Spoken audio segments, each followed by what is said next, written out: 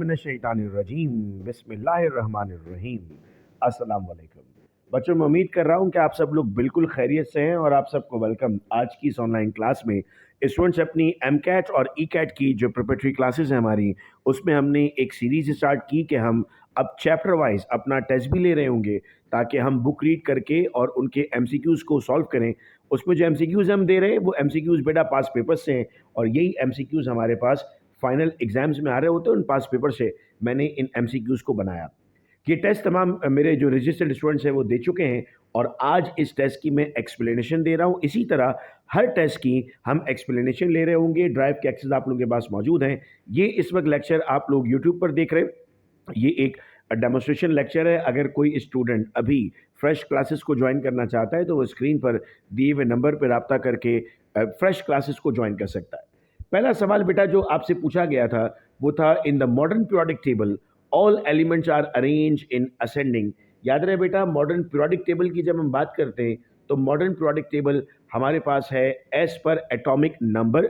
अगर मैं आपसे कहता मॉज़ले पीरियोडिक टेबल, जो मॉडर्न पीरियोडिक टेबल है तो एटॉमिक नंबर है, लेकिन अगर मैं कहता मेंडलीफ है तो आप कहते हैं सर अब आ जाएगा मास नंबर। नेक्स्ट आता है हमारे पास the longest period in the periodic table.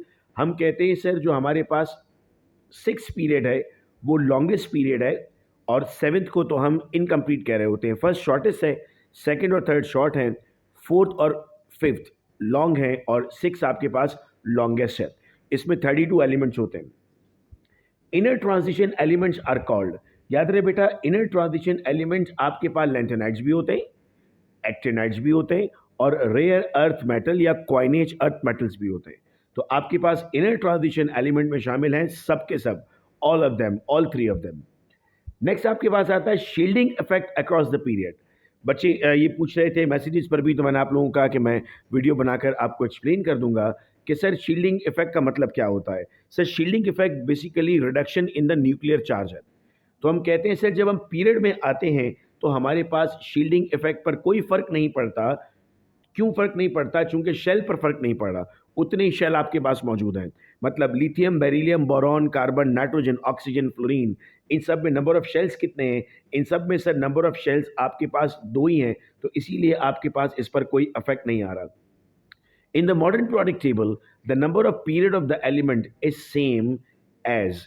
Sir जो पीरियड है वो बेसिकली सेम होता है हमारे पास प्रिंसिपल क्वांटम नंबर से।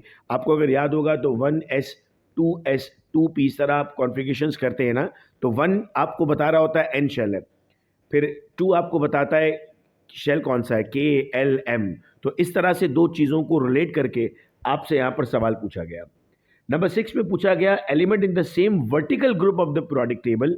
सर वर्टिकल ग्रुप में हमारे पास जब एलिमेंट होते हैं तो उसमें आपके पास number of valence electron same होते हैं। यानी ग्रुप 1a में lithium, sodium, potassium, rubidium, caesium, francium, इन सब में हमारे पास एक इलेक्ट्रॉन मौजूद होता है आउटर मोस्ट में। ग्रुप 2a में beryllium, magnesium, calcium, strontium, barium, radium, इन सब में 2 इलेक्ट्रॉन होते हैं। इस तरह 3 में 3 इलेक्ट्रॉन होते हैं। तो हम कहते हैं सर हमारे पास नंबर ऑफ इलेक्ट्रॉन इस तरह से रहेंगे।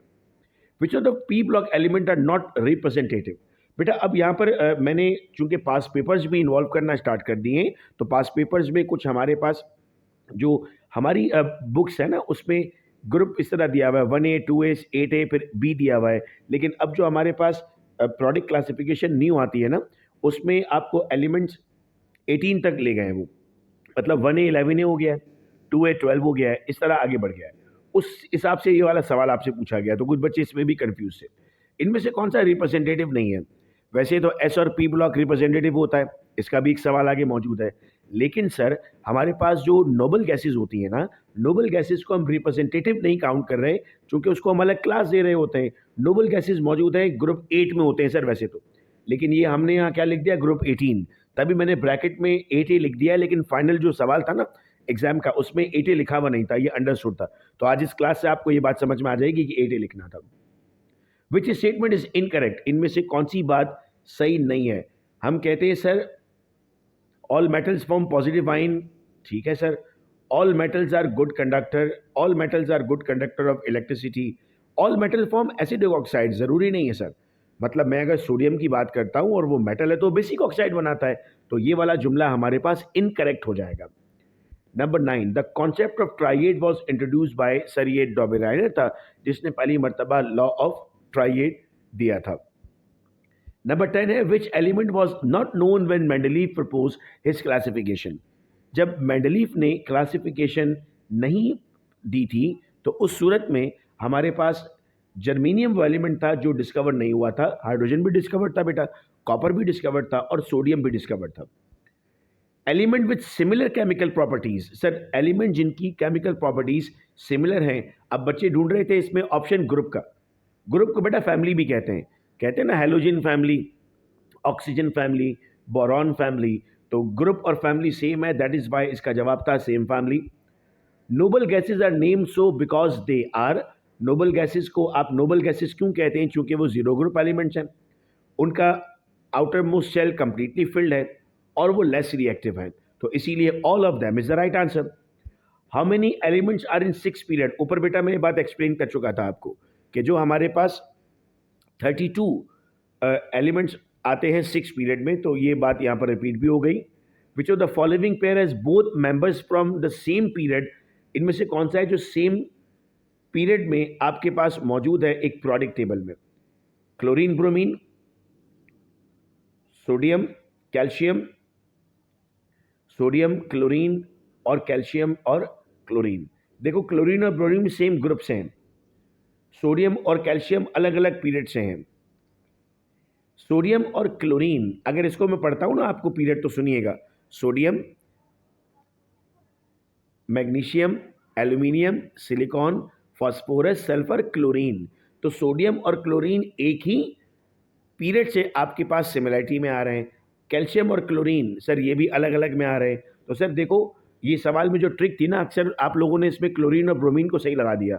आप समझिए कि ग्रुप का पूछ रहा है, लेकिन ये तो आपसे सेम पीरियड पूछ रहा था। इस तरह के ट्रिकी क्वेश्चन बेटा पेपर में आते हैं हमारे पास। Representative elements are those which belong to, सर एस और पी ब्लॉक को हम रिप्रेजेंटेटिव कहते हैं, तो ये सी हमारे पास सही जवाब हो गया। The reduction in atomic size with increase in atomic number is a characteristic property of, sir atomic size का हमारे पास कम होना, एटॉमिक नंबर का बढ़ना।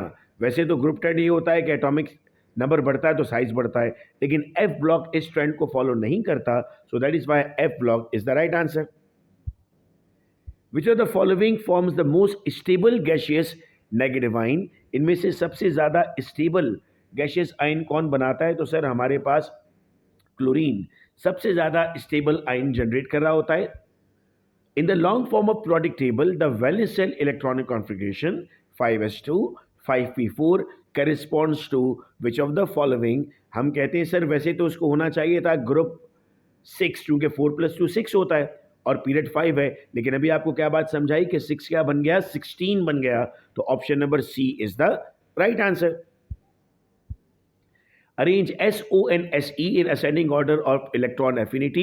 इलेक्ट्रॉन एफिनिटी क्या होता है? हम कहते हैं sir electron affinity is defined as change of energy after gaining an electron. तो इसमें हमारे पास जो ऑप्शन नंबर ए है वो राइट आंसर बनता है। SE is greater than S and then O is larger than all, तो ए ऑप्शन बेटा आपके पास सही जवाब बनता है। और लास्ट क्वेश्चन था विच of the following oxide is amphoteric in nature? तो ऑप्शन नंबर ए SnO2 हमारे पास बेटा एम्फोटेरिक इन नेचर होता है। बाकी आपके पास एसिडिक और बेसिक नेचर प्रोवाइड करते हैं। एम्फोटेरिक का मतलब होता है जिसमें हमारे पास एसिडिक कैरेक्टर भी आता है और बेसिक कैरेक्टर भी आता है। मैं उम्मीद करता हूं कि बेटा ये 20 क्वेश्चंस आपको क्लियर है। इस तरह जो आपका बायोलॉजी का टेस्ट हुआ था, इस तरह जो आपका फिजिक्स का टेस्ट हुआ था, उसकी एक्सप्लेनेशन भी मैं आप सबके साथ शेयर कर दूंगा ताकि आप लोगों को ये टॉपिक क्लियर होते जाएं। और जो भी आपका सवाल होगा वो आप व्हाट्सएप पर अब मुझसे पूछ सकते हैं। अपना बहुत ख्याल रखिएगा आप सब लोग। अल्लाह हाफिज़।